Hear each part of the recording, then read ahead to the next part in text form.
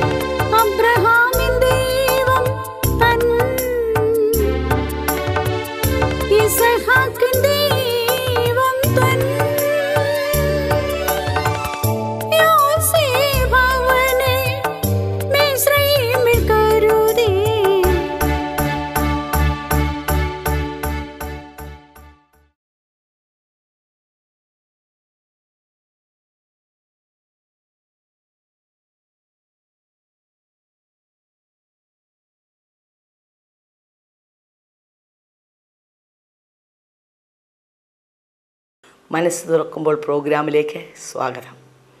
പലപ്പോഴും പല കുടുംബങ്ങളിലും സമൂഹത്തിലും അവഗണിക്കപ്പെടുന്ന വ്യക്തിയാണല്ലോ സ്ത്രീ.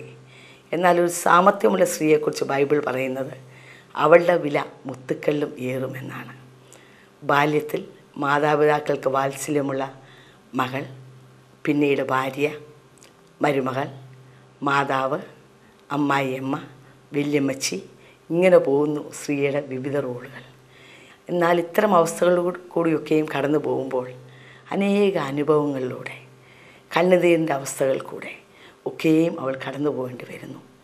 എങ്കിൽ തന്നെയും ഇതൊക്കെയും മനസ്സ് പതറാതെ, സമനില തെറ്റാതെ ജയകരമായി എപ്രകാരം തരണം ചെയ്യാമെന്ന് ജീവിത നൗകയിൽ തുഴഞ്ഞു മുന്നേറിയ അനേക വനിതകൾ മനസ്സ് തുറക്കുമ്പോൾ എന്ന പ്രോഗ്രാമിലൂടെ പ്രേക്ഷകർക്കായി പങ്കുവയ്ക്കുന്നു.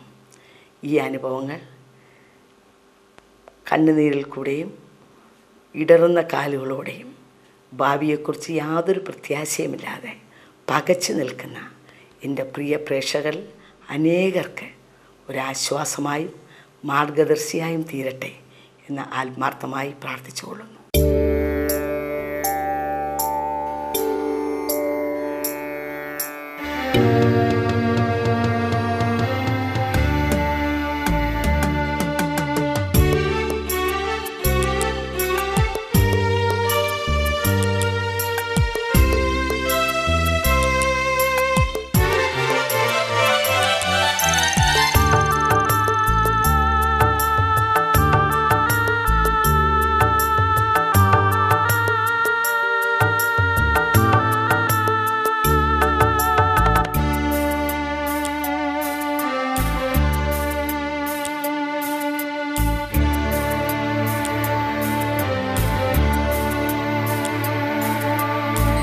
മനസ്സേ വ്യാകുലമരുതേ, കരുതാൻ നിനക്കവൻ മനമടുത്തുണ്ട്. മനസ്സേ വ്യാകുലമരുതേ, കരുതാൻ നിനക്കവൻ മനമടുത്തുണ്ട്.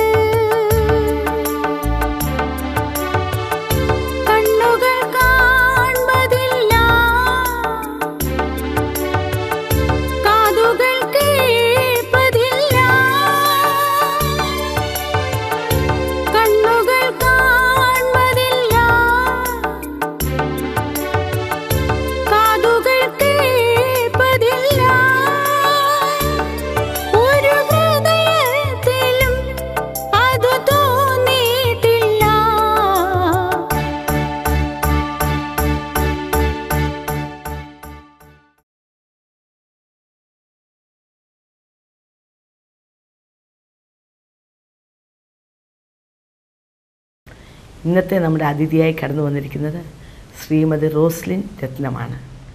ഞാനൊരു മകളെപ്പോലെ സ്നേഹിക്കുന്ന ഈ പ്രിയപ്പെട്ടവൾ ജീവിതത്തിൽ അനേക വൈഷമ്യമേടുകൾ തരണം ചെയ്ത് തൻ്റെ ജീവിതത്തിൽ ആശ്വാസമായി യേശുവിൻ്റെ സന്ദേശം കണ്ടെത്തി.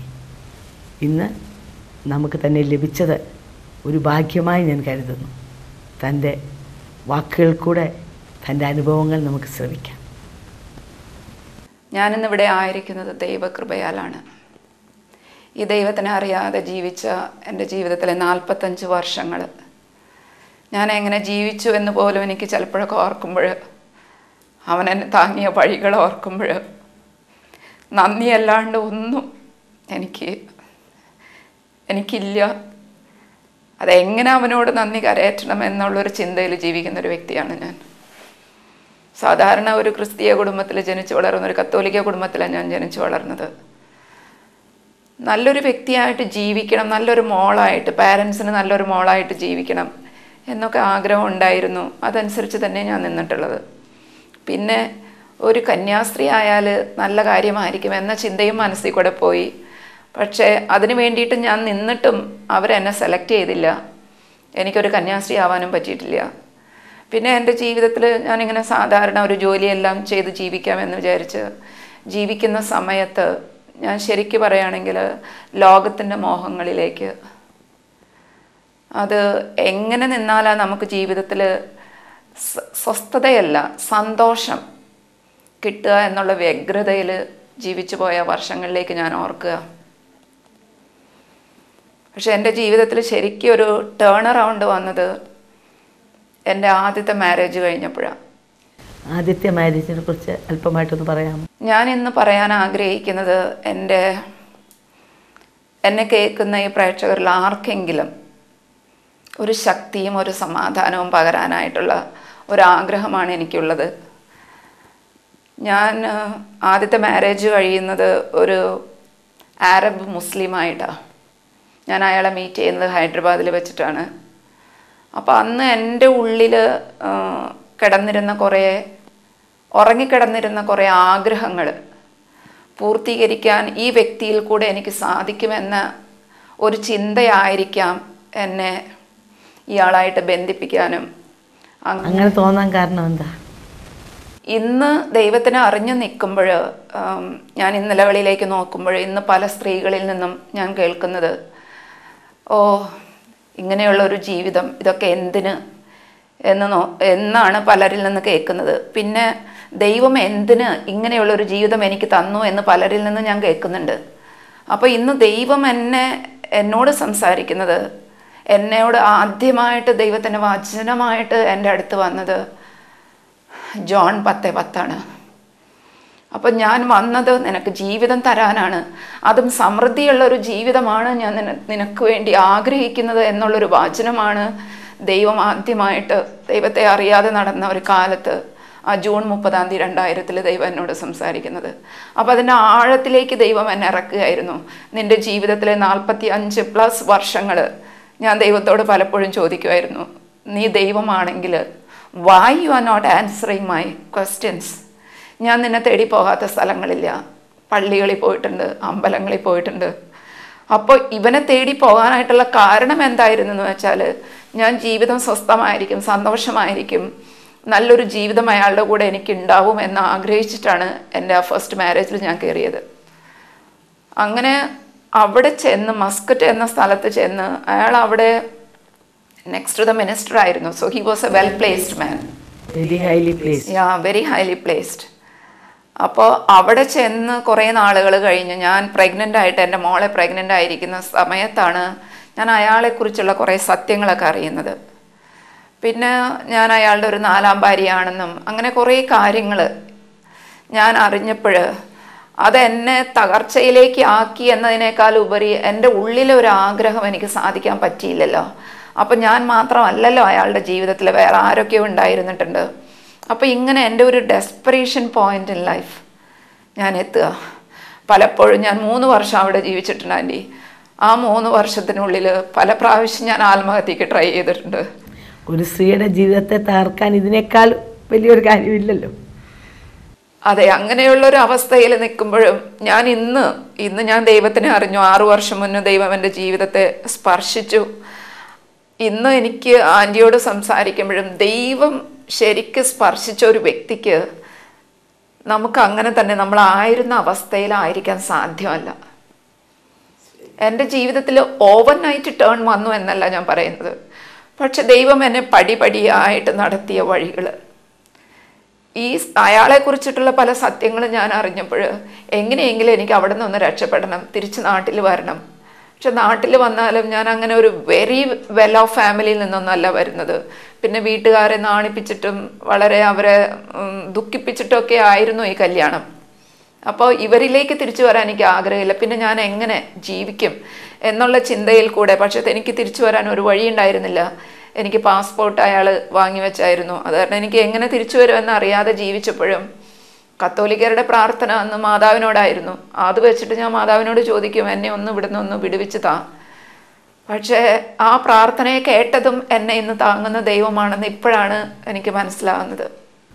ദൈവത്തിനുമായിട്ട് നമ്മൾ വായിക്കുന്നുണ്ട്, ഹൃദയം തകർന്നവർക്ക് യഹോവ സമീപസ്ഥൻ, മനസ്സ് തകർന്നവരെ അവൻ നിരസിക്കുകയില്ല. എനിക്ക് സകലരോടും പറയാനുള്ളത്, ഞാൻ അനുഭവിച്ച ആ ഗ്യാപ്പിൽ ആ ദൈവസ്നേഹം, ആ അൺകണ്ടീഷണലായിട്ട് ദൈവം എന്നെ സ്നേഹിച്ച വഴികൾ ഓർക്കുമ്പോൾ ആ ഒരു പോയിന്റിലേക്ക് ഞാൻ ഇന്ന് സകലരോടും ഇന്ന് സുവിശേഷം പറയാനായിട്ട് ദൈവം എന്നെ എടുത്ത് ഉപയോഗിക്കുന്നുണ്ട്.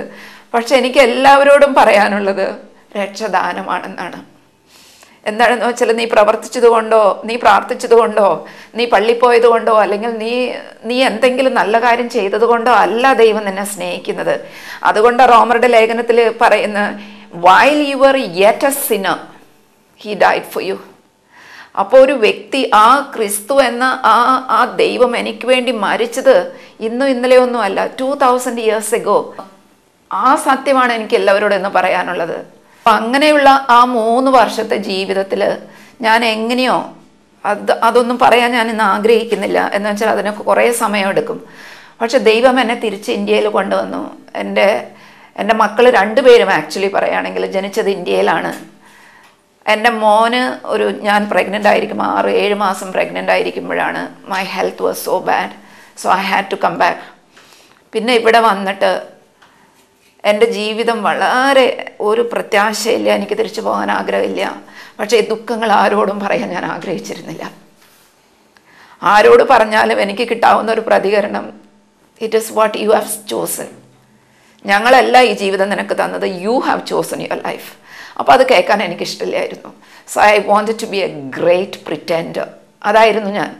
അപ്പോൾ എൻ്റെ ദുഃഖങ്ങൾ മറയ്ക്കാൻ വേണ്ടിയിട്ട് ഞാൻ യോഗയിൽ, പ്രാണിക് ഹീലിങ്ങിൽ, റേക്കിയിൽ, ആർട്ട് ഓഫ് ലിവിങ്ങിൽ എന്ന് തുടങ്ങി പിന്നെ വലിയ റോട്ടറി ക്ലബിലെ മെമ്പർ. അപ്പോൾ ഇതിൽ നിന്നൊക്കെ ഞാൻ ആഗ്രഹിച്ചിരുന്നത് എൻ്റെ ദുഃഖങ്ങൾ വേറൊരാൾ അറിയരുത്.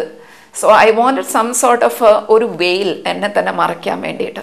അതിൽ കൂടെ ഒക്കെ കടന്നു പോയിട്ട് സമാധാനം കിട്ടിയോ? ഒട്ടും കിട്ടിയിട്ടില്ല aunty. I always felt a vacuum. എവിടെയോ ഒരു വാക്യൂം, എനിക്കത് എങ്ങനെ പറയണേന്നറിയില്ല. പക്ഷെ ആ വാക്യൂം ദൈവത്താൽ ഉണ്ടാക്കിയ ഒരു വാക്യൂമാണെന്നോ, ആ വാക്യൂമിൽ ഈ സൃഷ്ടാവോ എന്ന് നിറഞ്ഞാലേ ആ വാക്യൂം നിറയുള്ളൂ എന്നൊന്നും എനിക്കറിയില്ലായിരുന്നു.